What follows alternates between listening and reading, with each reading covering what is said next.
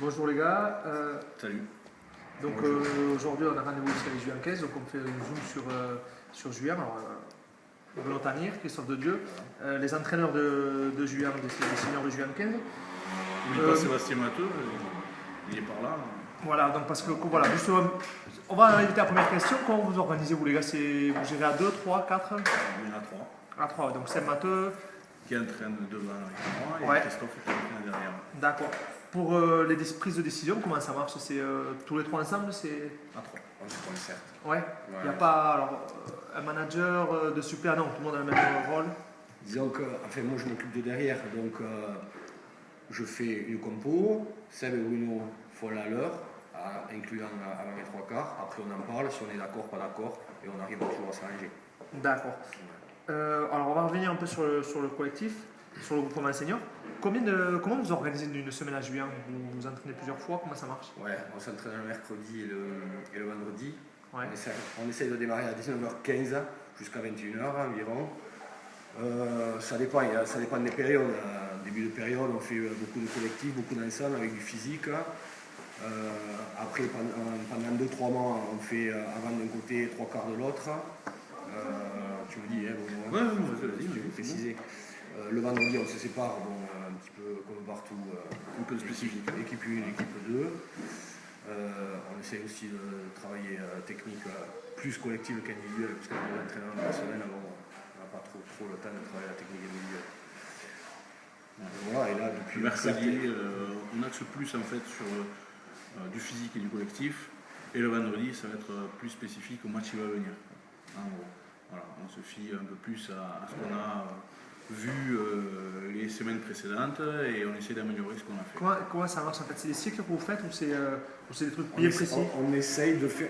Enfin, en début de saison, on avait dit qu'on essaierait de faire par cycle. Après, en fonction des conditions climatiques, du nombre de personnes aux entraînements, on s'adapte.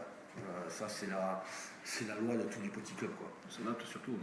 Surtout, non, moi, c'est la grosse difficulté, comme partout. Ouais. Ouais, c'est ça. Alors, justement, vous m'avez parlé d'adaptation. Vous, qu'est-ce que c'est la priorité en tant qu'entraîneur? Sur quoi vous mettez l'accent? Est-ce que vous voulez un collectif, un gros collectif?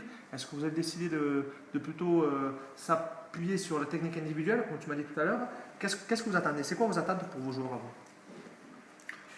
Nous, on s'appuie d'abord sur le collectif, parce qu'individuellement, on se rend compte qu'il y a de grosses différences entre les mecs. Donc, on essaye plutôt collectivement que le groupe arrive à faire quelque chose.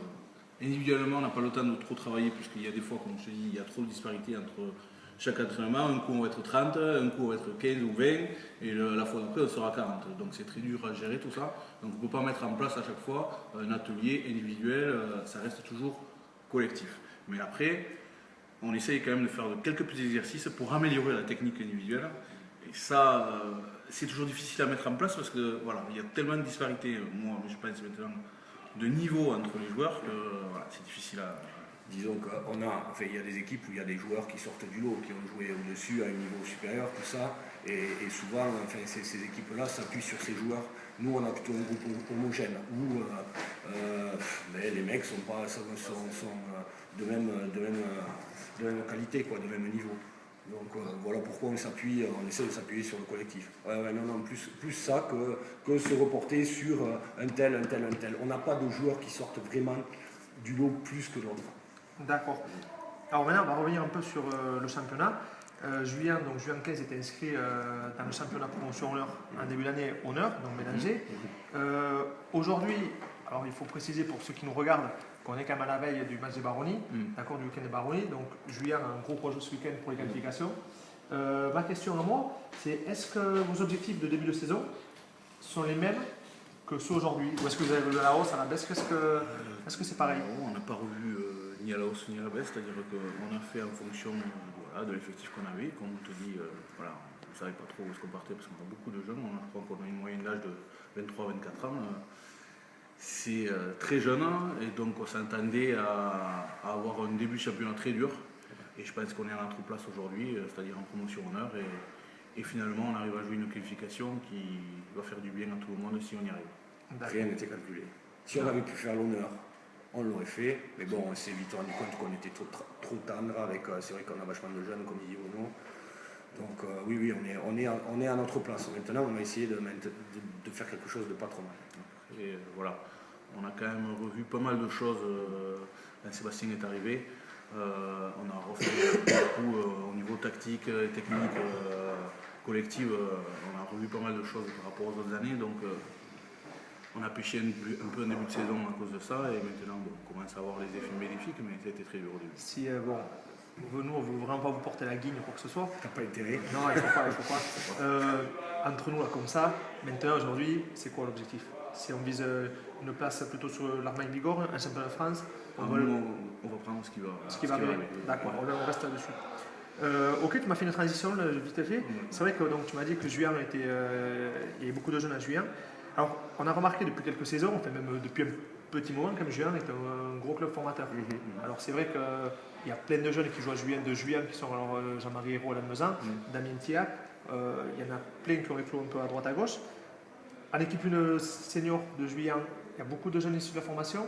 Est-ce que vous, en tant qu'entraîneur, vous avez votre mot à dire sur les équipes jeunes? Est-ce que vous décidez ce que vous mettez en place ou est-ce que vous laissez libre choix au club ou vous savez comment ça marche? Au niveau de l'école de rugby, non. Il y a une école de rugby qui est, entre guillemets, à part. Après, on essaye de se voir. On a fait une réunion, c'était quand au mois d'octobre, avec les entraîneurs de cadets, de juniors, pour discuter un petit peu, de voir comment eux ils jouaient, au niveau du nom des combinaisons.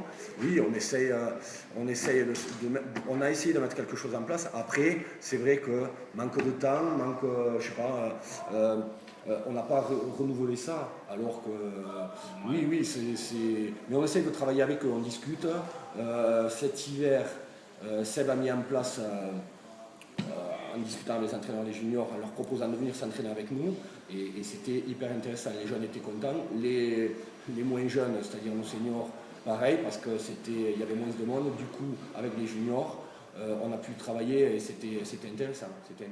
Alors, ouais, est-ce que justement, parce que quand tu discutes avec les jeunes julianais, ils sont vachement fiers, ils sont très fiers de ce maillot julianais, qu'on ne voit pas forcément dans tous les clubs.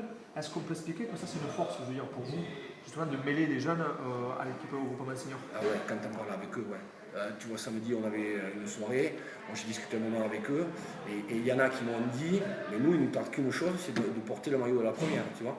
Et ça c'est hyper positif pour le club. Sans parler de l'école de rugby où dans toutes les tranches d'âge, il y a des équipes. Et ça, bon, après on est associé aussi avec Ossum, il faut le rappeler. Mais ça c'est vachement positif pour le club. Après, le fait qu'il y ait beaucoup de jeunes et qui montent en même temps, ça provoque un manque de leader dans le groupe parce qu'ils se connaissent depuis très longtemps et que voilà, au milieu il n'y a pas quelqu'un qui. Donc chaque année il faut peut-être reconstruire et mettre un peu sur du long terme. Donc, alors ma dernière question.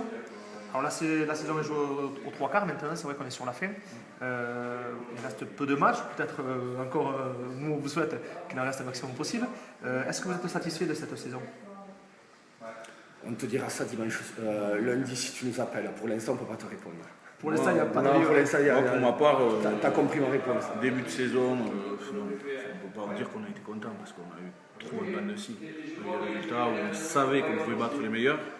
Et le fait qu'il y a eu des moments où on a eu beaucoup d'absence à des postes clés, et on a payé le fait qu'on était en dessous au niveau, quoi.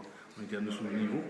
Et c'est dommage parce qu'on a fait rencontrer des clubs qui jouent en honneur aujourd'hui et on savait qu'on pouvait les battre, quoi. Donc moi, la première phase, je pense qu'on aurait pu beaucoup mieux faire. On finit dernier, on le mérite pas. D'accord. Si je vous laisse un dernier mot pour la fin, vous avez quelque chose à rajouter ou... De gagner dimanche. Ouais. Et que tous nos clubs si on gagne dimanche, on espère jouer quelques dimanches de plus. Voilà ce qu'on espère. Voilà sur quoi on bosse depuis un mois et demi. D'accord. Et sans se jeter des fleurs et sans se prendre pour d'autres. On reste à notre petit niveau. On prend les matchs les uns après les autres. Ok, donc merci messieurs de nous avoir reçus. Nous, on va vous souhaiter juste un truc, c'est vraiment de gagner dimanche, de prendre un point, parce que c'est vrai qu'avec les Baronnies, si on pouvait avoir deux clubs bigourdans, donc deux Bigorre, en phase finale, ça serait super. Bien sûr. Bonne chance aussi justement avec tous les jeunes que vous avez, parce que c'est vrai que maintenant ça paye. Donc on vous souhaite plein de bonnes choses pour la suite et on espère vous croiser pour les phases finales. Ok, merci à toi. Tout à fait. A plus. Merci. Merci à vous aussi.